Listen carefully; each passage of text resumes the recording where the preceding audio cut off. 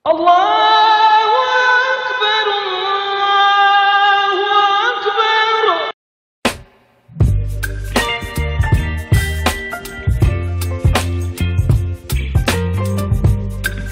Syekh Nawawi beliau mengatakan, di antara banyak anggota-anggota tubuh kita yang paling memungkinkan sekali untuk banyak digunakan untuk bermaksiat, bukan tangan, bukan kaki, bukan telinga, bukan mata. Lalu apa? Lisan kita ini. Lisan. Sikit-sikit berbohong, menyakiti, dan seterusnya. Jadi yang paling banyak bermaksiat adalah lisan kita. Maka hati-hati, jaga lisan kita. Bismillahirrahmanirrahim. Assalamualaikum warahmatullahi wabarakatuh. Alhamdulillahilladzi hadana bitta'ati wa jazarna an maksiyati, wa ashhadu an la ilaha illallah iqraran biwahdaniyati, wa ashhadu anna Muhammadan abduhu wa rasuluh, amma ba'du. Hadirin jamaah muslimin wal muslimat rahimakumullah. Alhamdulillah, puji syukur kita kehadirat Allah atas segala nikmat-nikmat yang telah diberikan kepada kita, sehingga dengan nikmat-nikmat itu Allah masih memberikan kesempatan kepada kita untuk hadir di dalam masjidnya yang tidak lain adalah lissolati, guna melaksanakan ibadah sholat yang tentunya kita kerjakan secara berjamaah. Semoga masjid yang sekarang kita duduk di dalamnya ini kelak di akhirat di hadapan Allah akan bersaksi bahwa kita selama hidup di dunia termasuk golongan orang-orang yang soleh dan solehah. Allahumma amin ya rabbal alamin.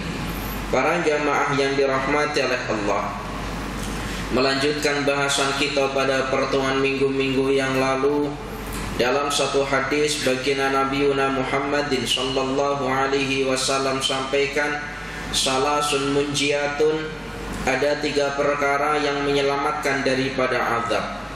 Wasalasun muhlikatun, dan ada 3 perkara pula yang boleh merosakkan manusia. Wasalasun darajatun, dan ada 3 perkara yang 3 perkara ini boleh menambah derajat kita di akhirat. Wasalasun kafaratun, dan ada 3 perkara yang 3 perkara ini mampu menghapuskan kesalahan-kesalahan yang pernah kita perbuat. Adapun salasun munjiatun, 3 perkara yang menyelamatkan daripada azab, sudah Ustaz sampaikan pada pertemuan-pertemuan yang lalu.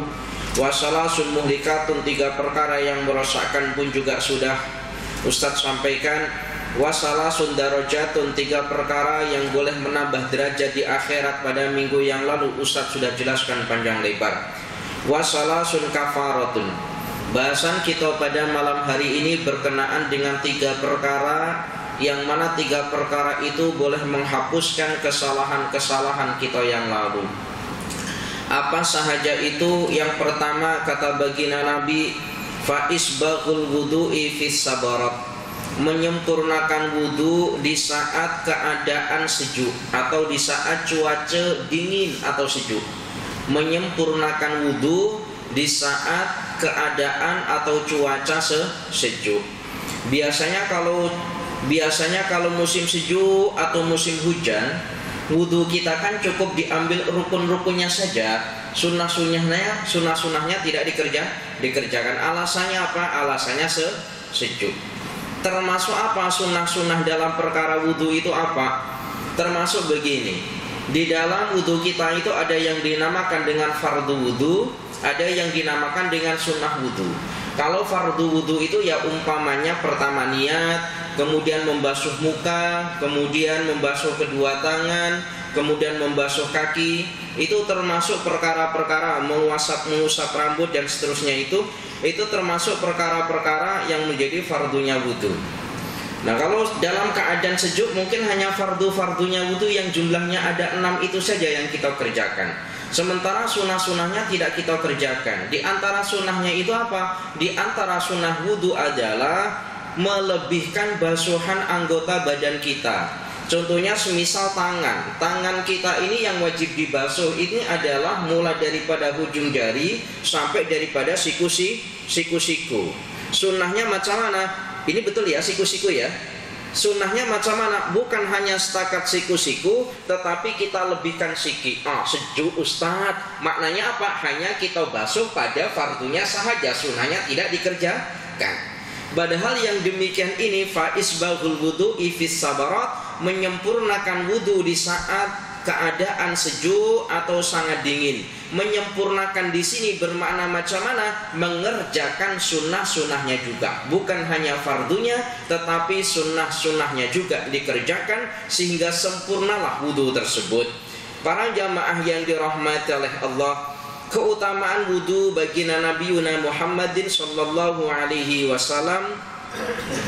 Jadi perihal tentang wudu, para jamaah yang dirahmati oleh Allah, ada perbedaan antara madhab Syafi'i dengan madhab Maliki dan madhab Hanafi. Mayoriti Indonesia, Malaysia, Singapura, kemudian Thailand, ini kebanyakan orang Islam mengikuti madhab Syafi'i. Sementara di Arab Saudi, Bangladesh, kemudian India, itu kebanyakan orang muslimnya kalau tidak mengikuti mazhab Maliki, mengikuti mazhab Hanafi. Itu cara berwudunya itu ada sedikit perbedaan. Bukan pada rukunnya, tetapi caranya itu ada perbedaan. Kalau rukunnya tetap sama, jumlahnya ada 6 atau fardunya ada 6, tapi caranya ada sedikit perbedaan. Perbedaannya, kalau dalam mazhab Syafi'i orang berwudu kemudian memasukkan tangannya ke dalam air yang mana air itu kurang daripada 2 kullah, maka tidak sah wudunya karena dianggap air mustakmal. Contohnya semisal ada air itu satu baldi, lalu tangan kita masukkan untuk ambil air lalu kita buat cuci muka, itu wudunya tak sah dalam mazhab Syafi'i sebab air tersebut kurang daripada 2 kullah. Kemudian 2 kullah ini, kalaupun Ustadz tidak silap, mungkin boleh diingatkan kalau nanti silap. 2 kullah ini kalau semisal ukuran binaan atau ukuran kolah atau kolam wudu, apa sih disebutnya? Kolam wudu itu adalah 120 cm, 120 cm, 120 cm, masuknya 120 cm. Itu sudah cukup 2 kullah. Tolong ini kalau Ustadz silap ingatkan. Para jamaah yang dirahmati oleh Allah, sementara menurut mazhab Hanafi dan mazhab Maliki, meskipun airnya itu kurang daripada 2 kullah, itu memasukkan tangan ke dalam air tersebut, itu hukumnya tidak mengapa, tetap sah wudunya dan tidak dinamakan dengan ma'ul mustakmal. Apa itu ma'ul mustakmal? Air yang sudah dipergunakan, itu namanya ma'ul mustakmal. Nah, kenapa mazhab Syafi'i atau Imam Syafi'i mengatakan kalau memasukkan kedua tangan atau memasukkan anggota badan ke air yang air itu kurang daripada 2 kullah, maka wudu kita tak sah sebab kurang daripada 2 kullah? Ternyata dulu ijtihadnya Imam Syafi'i atau pendapatnya Imam Syafi'i itu dimulai pada satu tempat yang tempat itu penuh dengan air. Maknanya satu negara atau wilayah itu banyak dengan airnya. Nah, umpama di Malaysia, Indonesia, Thailand, ini kan banyak air. Ada cari cair air, tak ada kan? Yang ada malah justru tiap-tiap tahun banjir. Nah ini. Sementara mazhab Maliki dan Hanafi itu berpendapat yang mana memasukkan kedua tangan meskipun air itu kurang daripada 2 kullah, umpama satu gayung, semisal satu gayung kemudian diambil macam itu tetap wudunya sah. Kenapa? Sebab ijtihadnya Imam Hanafi dan Imam Maliki berada pada satu tempat yang pada saat itu yang mana tempat itu kekurangan air. Kalau semisal Airnya itu sikik pada tempat itu, entah di mana, di Baghdad atau di mana. Airnya itu sikik. Kalau semisal tanpa dimasukkan tangan, maka air itu tidak cukup untuk digunakan berwudu. Nah, ini pendapat daripada mazhab Hanafi dan mazhab Maliki. Nah, kita ini mengikuti mazhab Syafi'i. Para jamaah yang dirahmati oleh Allah. Dalam satu hadis baginda Nabi Muhammadin sallallahu alaihi wasallam sabdakan, ma minkum min ahadin yaqrabu wudu'ahu thumma yatamadmadu wa yastanshiku wa yastanshiru illa kharat khatayahu min famihi wa khayashimihi ma'al ma'i hina yantashiru. Ma minkum min ahadin, tidaklah di antara kalian, kata baginda Nabi, yaqrabu wudu'ahu, yang mendekati daripada wudunya, maknanya melaksanakan wudunya. Tsumma yatamadmadu, kemudian dia berkumur-kumur. Nah, ini yang sering kali kan ketika sejuk kita pun jarang berkumur-kumur. Sejuk, nah macam tuh. Apa sejuk? Apalagi orang yang sensitif dengan gigi dengan sejuk-sejuk. Sejuk Ustaz. Sesama minkum min ahadin, tidaklah di antara kalian yang mendekati daripada wudu atau melaksanakan wudu, kemudian sumaya tamat madatu, kemudian berkumur-kumur, wayastangshiku, kemudian membersihkan hidungnya dengan cara menyerap air ke dalam hidungnya. Jadi wayastangshiku itu maknanya itu bukan air kemudian kita masukkan ke hidung, itu bukan. Jadi wayastangshiku itu sunnahnya airnya itu ada di telapak tangan, kemudian dihirup. Kemudian nah kayak gitu. Itu mananya wayastangshiku. Ayo coba Ustaz tanya, biasa tak ini kita kerjakan? Tak ya? Atau biasa? Alhamdulillah kalau biasa. Jadi air itu ada di tangan, kemudian diletakkan di gini, lalu dihirup. Kemudian nah kayak gitu. Ini namanya wayastangshiku. Tapi kalau sekira kita tidak biasa, ya takut kalau air nanti akan terus masuk, maka boleh kita bersihkan dengan menggunakan air. Jadi air kita letakkan di di hidung kita. Orang yang melakukan demikian, berkumur-kumur, kemudian menghirup air tadi itu atau wayastangshiku, kemudian wayang tashiru, kemudian dia melepaskan daripada air tersebut, illa kharat khotoyahu min famihi, kecuali pada saat itu akan terlepas kesalahan-kesalahannya daripada mulutnya, wa khayashimihi ma'al ma'i, dan juga akan terlepas kesalahan-kesalahannya daripada hidungnya bersamaan dengan keluarnya air, kata baginda Nabi.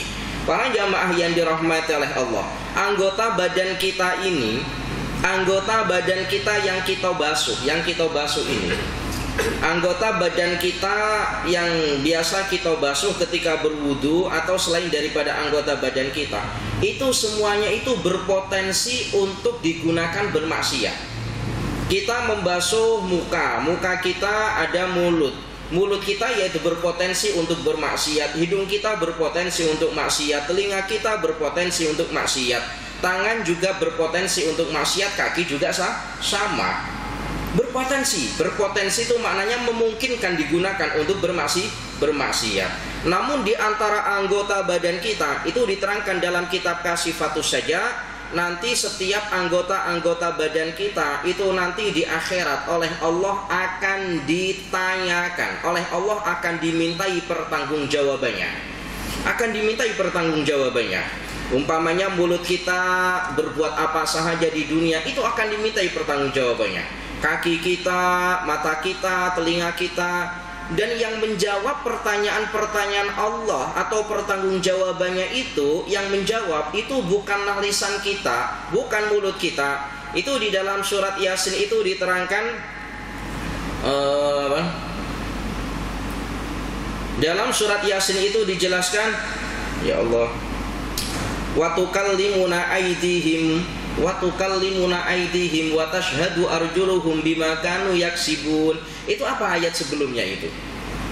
Wa tukallimuna, ada yang dalam surat Yasin ya, wa tukallimuna aydihim wa tashhadu arjuluhum bima kanu yaksibun. Itu ayat sebelumnya apa? Al-yauma nakhtimu ala afwahihim wa tukallimuna aydihim wa tashhadu arjuluhum bima kanu yaksibun. Nanti ketika pada hari akhir, di akhirat kelak, itu mulut kita itu dibungkam, tak mampu berbicara, tak mampu menjawab semua soalan-soalan Allah. Kenapa? Sebab mulut kita ini adalah tempatnya berbohong. Yang akan menjawab apa? Yang akan menjawab adalah wa tukallimuna aydihim. Yang akan menjawab itu tangan kita nanti. Wa tashhadu arjuluhum. Kemudian yang akan menjadi saksi adalah kaki kita. Mulut kita dibungkam, tak mampu berbicara. Maka para jamaah yang dirahmati oleh Allah, Syekh Nawawi beliau mengatakan, di antara banyak anggota-anggota tubuh kita yang paling memungkinkan sekali untuk banyak digunakan untuk bermaksiat, bukan tangan, bukan kaki, bukan telinga, bukan mata. Lalu apa? Lisan kita ini. Lisan. Sikit-sikit berbohong, menyakiti, dan seterusnya. Jadi yang paling banyak bermaksiat adalah lisan kita. Maka hati-hati, jaga lisan kita. Para jamaah yang dirahmati oleh Allah. Jadi kalau semisal kita berwudu, kemudian kita berkumur-kumur, ketika kita membuang air dalam mulut kita, bersamaan dengan itu mengalirlah kesalahan-kesalahan yang diperbuat oleh mulut kita, sebagaimana mengalirnya air ketika kita buang daripada mulut kita tadi itu. Summa yaghsilu wajhahu. Kemudian membasuh mukanya. Kama amarallahu ta'ala, sebagaimana yang diperintahkan oleh Allah Ta'ala. Membasuh muka itu termasuk fardunya wudu.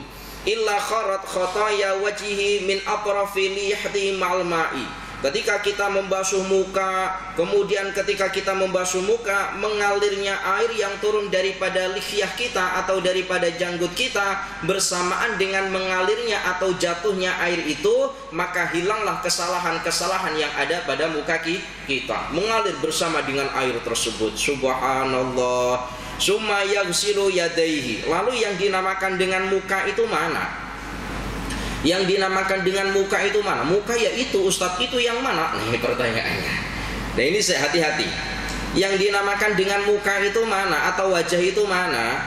Jadi kan aurat perempuan itu adalah semua anggota badan kecuali muka atau wajah dan telapak tangan.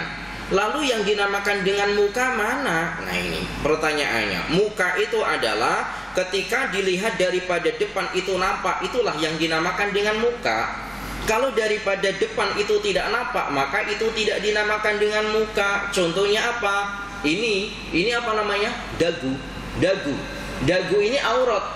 Maka bagi perempuan ketika sholat, semisal memakai telekung, apa sih ini telekung ya?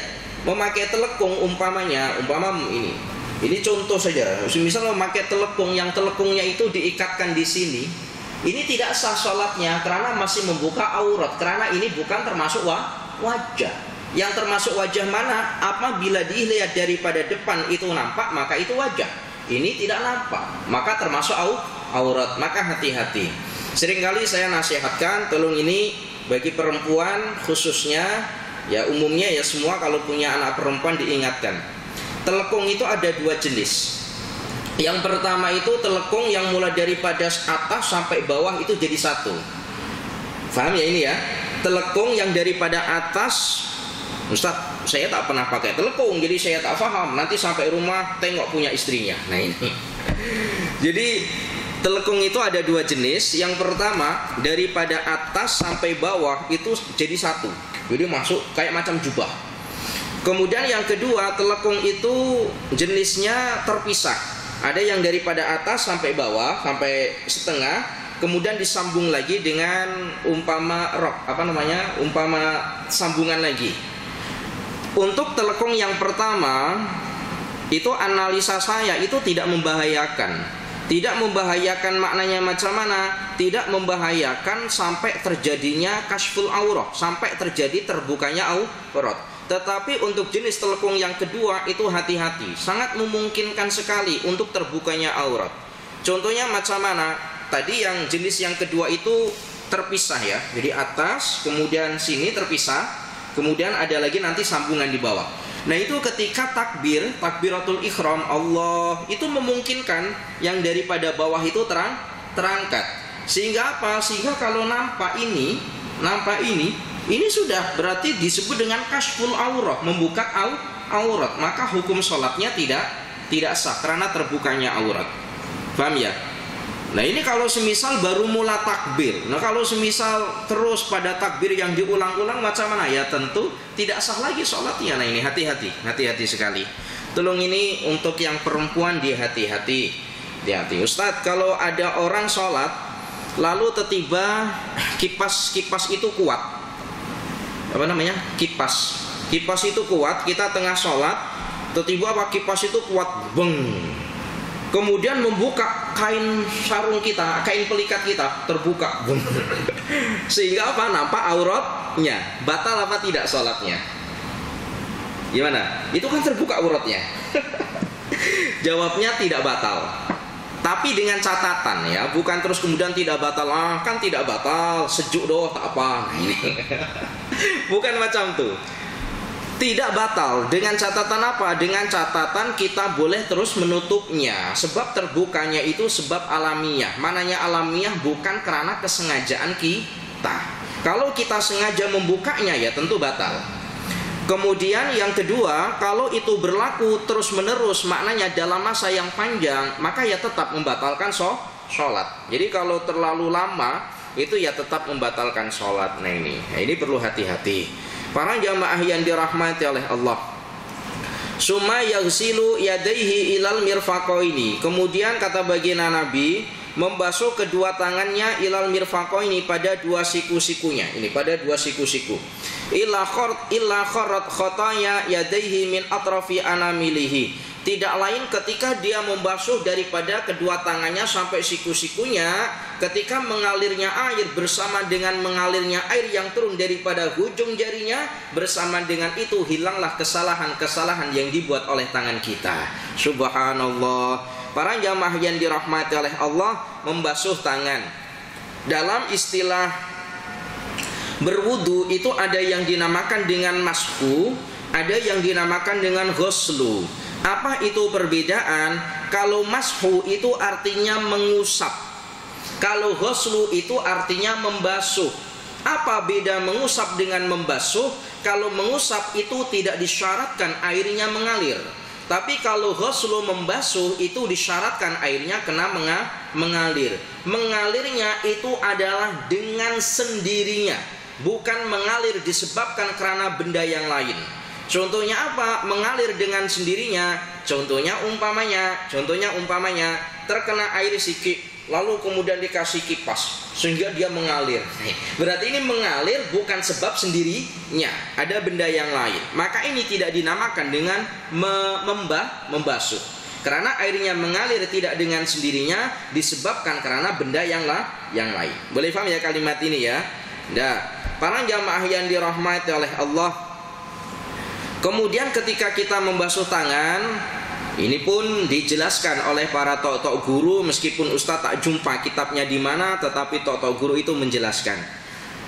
Ketika kita membasuh tangan, ketika berwudu membasuh tangan, itu hendaklah airnya itu mengalir dimulai daripada ujung jari, kemudian mengalir terus ketika di air pipe itu hendaklah jari kita terkena, kemudian kita ratakan. Kemudian air itu jatuhnya daripada sini. Atau kalaupun tidak, itu jatuhnya air itu di tengah-tengah, air pipe jatuh. Jatuhnya di tengah-tengah, lalu kemudian kita ratakan dengan tangan kiri. Kalau tangan kiri ya berarti dengan tangan kanan, baik ke bawah ataupun ke atas. Yang dikhawatiri macam mana? Yang dikhawatiri adalah jatuhnya apabila daripada atas. Daripada atas itu mana? Daripada sini. Jatuh ke bawah. Dikhawatiri apa? Dikhawatiri itu nanti termasuk ma'ul musta'mal. Apa itu ma'ul musta'mal? Air yang sudah digunakan untuk membasuh anggota yang lain. Ma'ul musta'mal itu suci tetapi tidak mensucikan. Jadi suci tetapi tidak mensucikan. Air yang sudah digunakan itu suci tetapi tidak boleh mensucikan. Nah ini. Maka macam mana tadi? Dari ujung jari turun ke bawah, atau dari tengah-tengah kita ratakan ke bawah dan ke atas. Jangan daripada atas kemudian turun ke bawah. Nah ini untuk ikhtiyaton, kehati-hatian. Para jamaah yang dirahmati oleh Allah.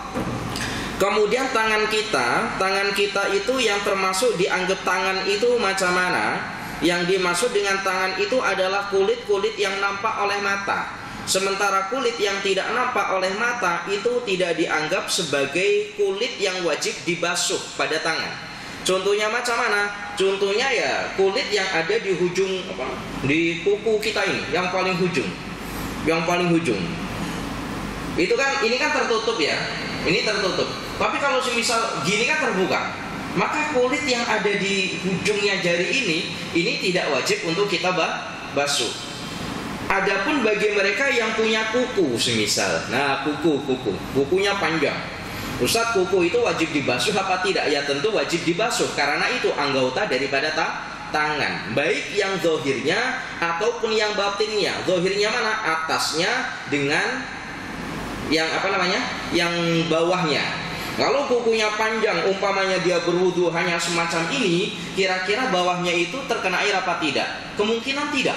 Maka hati-hati sekali. Yang mempunyai kuku panjang itu hati-hati sekali. Nah ini para jamaah yang dirahmati oleh Allah. Summa yamsahu ra'sahu illa kharat khataya ra'sihi min atrafi sya'rihi ma'al ma'i. Kemudian mengusap sebagian daripada rambut. Apabila ini dilakukan, maka ketika mengalirnya air daripada rambutnya, bersama dengan itu hilanglah kesalahan-kesalahan yang disebabkan karena rambutnya. Para jamaah yang dirahmati oleh Allah, rambut kita mana sih yang wajib untuk dibasuh atau diusap? Kalau rambut itu bukan dibasuh tapi diusap. Usap tadi tidak disyaratkan airnya kena mengalir. Apakah kena rambut yang depan? Jawabnya tidak. Mana rambut boleh. Depan, Ustadz, saya ini baru saja pergi salon umpamanya. Wah, ini sayang Ustadz kalau kena air. Mahal dah 70 ringgit dekat salon. Macam mana? Kalau misal diganti di belakang sini, boleh. Jadi boleh. Jadi di belakang sini. Depan, samping, boleh. Asalkan masih terhitung rambut kepala. Kalau bukan rambut kepala, bukan rambut saja, tapi rambut kepala. Sya'ri itu maknanya rambut kepala, bukan hanya rambut saja. Kalau diganti dengan rambut yang lain, boleh ketak. Umpamanya macam mana? Rambut tapi diganti dengan janggut, ya tidak boleh. Itu maknanya bukan sya'run, bukan rambut kepala. Nah ini para jamaah yang dirahmati oleh Allah. Jadi bagi perempuan semisal kalau berwudu ya tidak harus dengan memakai membuka semua rambutnya, tidak. Kalau semisal payah untuk bukanya, jadi boleh di belakangnya atau di depannya sikit boleh, asalkan rambutnya terkena dan menempel pada kulitnya. Nah, kemudian summa yaghsilu qadamaihi ilal ka'baini. Kemudian membasuh dua kaki sampai kepada dua ka'bain. Ka'bain itu maknanya bokolali. Betul ya, bokolali ya. Bokolali. Kalau bahasa Indonesianya itu bokolali itu mata kaki. Jadi kaki itu punya mata. Ini bokolali itu, mata kaki. Para jamaah yang dirahmati oleh Allah, begitupun juga sama. Ustadz, apakah menyela-nyela antara jari-jari, baik jari tangan ataupun jari kaki, itu hukumnya wajib? Ini, menyela-nyela ini, baik tangan ataupun kaki. Kalau tangan ini ya saya tengok biasanya jamaah tetap menyela-nyela. Tapi kalau kaki terkadang cukup pakai gayung, bong kayak gitu saja. Apakah wajib menyela-nyela ini? Apakah wajib? Perhatikan mulai. Hukumnya wajib apabila, nah ini bukan wajib secara mutlak. Hukumnya wajib menyela-nyela. Ini namanya apa? Menyela-nyela ya. Hukumnya wajib apabila kita yakin dengan adanya air itu tidak akan masuk ke dalam sela-sela jari kita tanpa adanya kita sela-sela. Jadi kita yakin tanpa disela itu airnya tidak akan masuk, tidak akan sampai. Maka hukum menyela-nyela itu hukumnya wajib. Tetapi apabila kita yakin dengan tanpa menyela itu air akan tetap masuk ke dalam sela-sela jari kita, maka hukumnya tidak wajib. Contohnya macam mana? Contohnya adalah airnya laju sangat semisal pakai wudu, pakai jet waiter, apa namanya? Yang biasa buat basuh kereta. Nah, semisal contoh itu kan airnya laju, sehingga meskipun tanpa kita sela-sela itu pasti akan basuh. Tapi kalau kita wudu dengan air yang hanya menetes-netes saja, umpamanya kita pakai gini-gini saja, saya yakin tidak akan masuk ke dalam sela-sela jari kita. Maka wajib untuk kita sela-sela. Paham ya ini dari sini ya? Alhamdulillah. Para jamaah yang dirahmati oleh Allah, ketika kita membasuh kaki juga sama, batasannya mana? Semua kaki sampai kepada bokolali tadi itu. Untuk atasnya kita basuh, itu hukumnya sunnah, bukan menjadi perkara yang wajib, sunnah. Para jamaah yang dirahmati oleh Allah, cara membasuh kaki juga sama umpama tadi tangan. Maknanya macam mana? Para jamaah yang dirahmati oleh Allah, jangan air itu kita langsung letakkan daripada atas langsung turun ke bawah. Ditakutkan tadi itu bahwa air itu termasuk ma'ul mustakmal, air yang sudah dipergunakan. Lalu macam mana jatuhnya air itu daripada tempat di mana tempat itu wajib untuk kita basuh, yaitu ya kaki sampai bokolali tadi itu. Kalau sudah sempurna kemudian kita daripada atas baru tidak mengapa. Para jamaah yang dirahmati oleh Allah, para jamaah yang dirahmati oleh Allah, itu ada satu dalam ilmu fikih itu begini para jamaah. Itu begini. Kalau ada orang yang orang itu kakinya terputus, atau ada orang yang orang itu tangannya putus, tidak punya tangan, lalu tangan itu diganti dengan tangan yang lain. Yang mana tangan yang lain? Apa maknanya ya? Dengan silikon atau dengan apa gitu ya? Pokoknya digantilah dengan tangan yang lain. Yang mana tangan yang lain itu berhubung atau dihubungkan pada tangan yang putus tadi. Apakah wajib untuk dibasuh ketika berwudu? Maka jawabnya wajib untuk dibasuh ketika berwudu, karena itu menjadi badal daripada kaki atau tangan yang terputus. Paham ya ini ya? Contohnya begini, contohnya begini. Orang itu, ini contoh saja. Semisal ada orang itu tangannya itu semisal terputus ini. Ini contoh saja. Semoga tidak terjadi. Ini semisal orang itu tangannya putus di sini. Dah, berarti kan masih ada sisa di mana anggota wajib untuk dibasuh, yaitu sini sampai sini. Kemudian apabila orang ini semisal tidak menyambung tangannya macam mana? Ya yang tadi itu wajib untuk dibasuh. Nah, sekarang kalau tangannya itu disambung dengan tangan buatan, tangan buatan, paham ya ini ya? Tangan buatan. Ketika disambung dengan tangan buatan itu boleh dipastikan tangan buatan itu akan dimasukkan melebihi daripada had. Contohnya gimana sih contohnya itu? Jadi kan yang terputus di sini, kemudian ada tangan buatan. Ketika disambungkan itu bermakna kan sampai sini ya, sampai sini.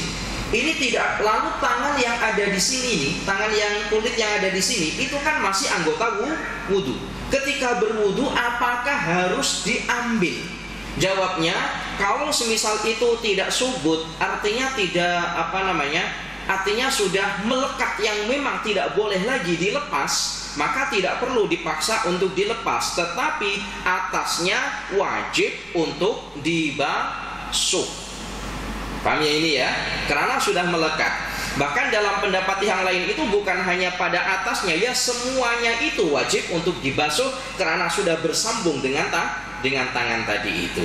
Nah ini dalam ilmu fiqh itu dibahas, yang demikian ini dibahas pun juga sama termasuk kaki. Para jamaah yang dirahmati oleh Allah, para jamaah yang dirahmati oleh Allah. Kemudian dilanjutkan hadis ini oleh baginda Nabi sallallahu alaihi wasallam, summa yaqumu fayahmadullaha azza wa jalla wa yusni alaihi billadhi huwa lahu ahlun, summa yarka'u rak'ataini illa kharat min dzunubihi kaihati yaumi waladatu ummuhu. Para jamaah yang dirahmati oleh Allah, selepas kita melakukan wudu itu dianjurkan kita untuk berdoa. Pertama itu disunahkan.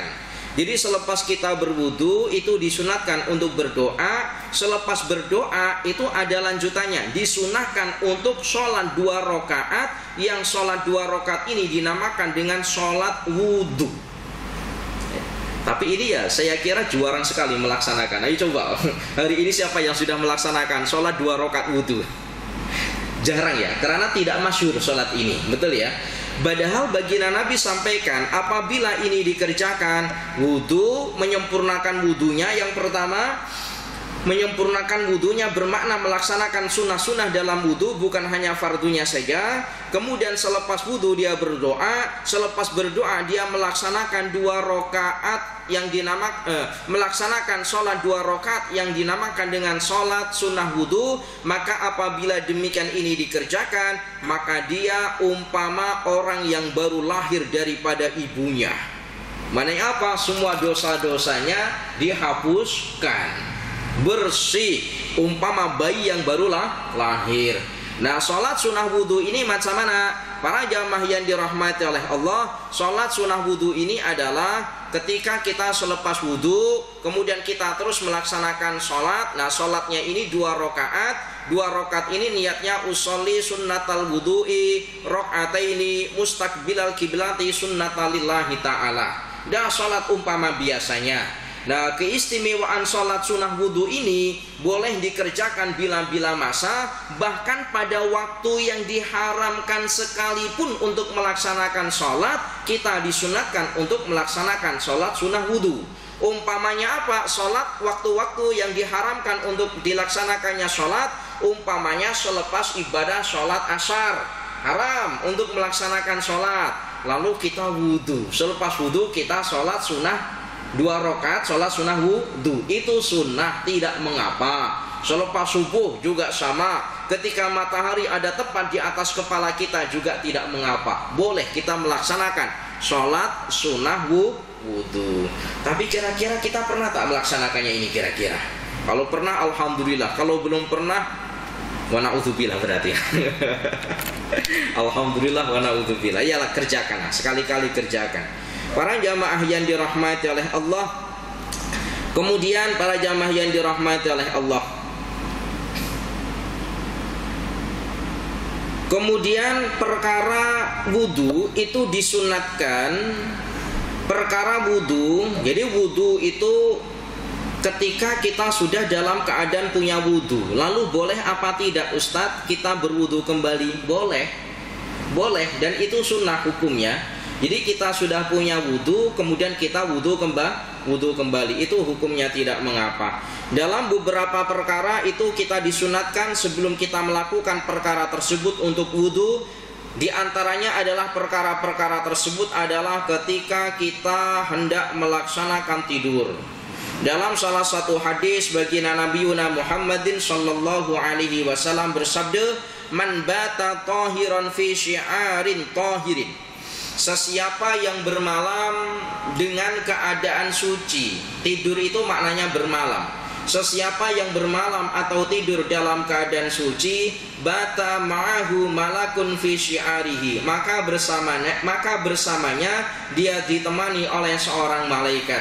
Fala yastaiqidhu sa'atan minal laili, dan dia tidak akan bangun. Fala yastaiqidhu, dan tidaklah dia terbangun daripada tidurnya meskipun hanya 1 saat, hanya 1 jam daripada tidurnya, illa qalal malaku, kecuali ia mendapat doa daripada malaikat, Allahumma ighfir li abdika, ya Allah, semoga engkau mengampuni terhadap hambamu fulanin yang bernama fulan yang tidur dalam keadaan suci atau dalam keadaan wudu. Fa innahu bata tahiron, sungguh hambamu ini tidur dalam keadaan punya wudu.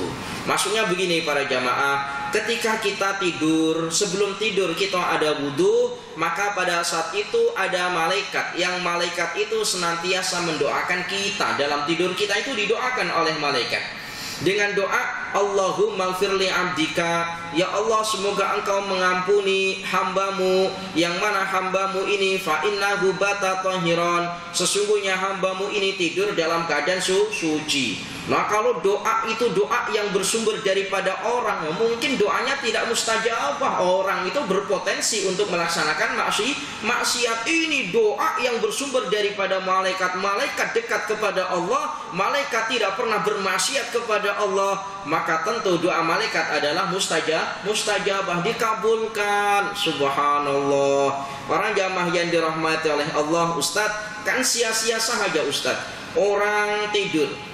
Kita ini punya istri, tidur bersama dengan istri. Sebelum tidur kita wudhu, nak tidur kita pun bersentuhan. Ini kan tahsilul hasil, gak ada faedahnya, pun juga kita batal.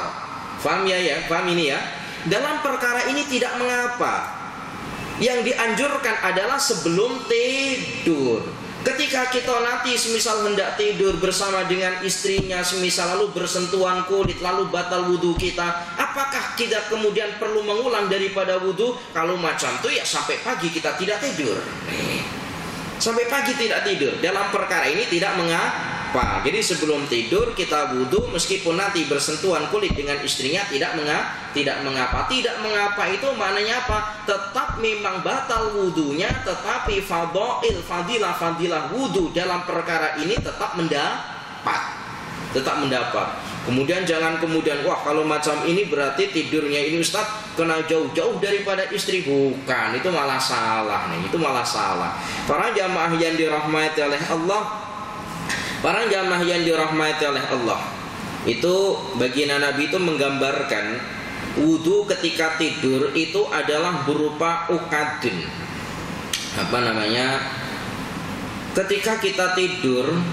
Ketika kita tidur itu diumpamakan oleh baginda Nabi, ketika kita tidur itu dalam tubuh kita itu terbelenggu. Apa ya bahasa terbelenggu itu ya? Terikat, terbelenggu. Kita tidak boleh pergi kemana-mana, maksudnya kayak gitu. Dalam keadaan tidur, pikiran kita kosong, kita tidak sadar apa-apa, maknanya kita itu terbelenggu, tidak boleh apa-apa. Nah, terbelenggunya kita dalam keadaan tidur tersebut itu boleh dijaga dengan yang namanya apa? Wudhu. Maka masya Allah luar biasa.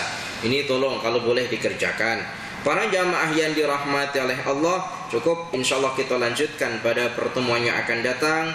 Masih ada satu hadis atau beberapa hadis lagi yang berkenaan dengan wudhu ini. Ala adullukum ala ma yamhullahu ta'ala bil khataya wa turfa'u bihi darajat.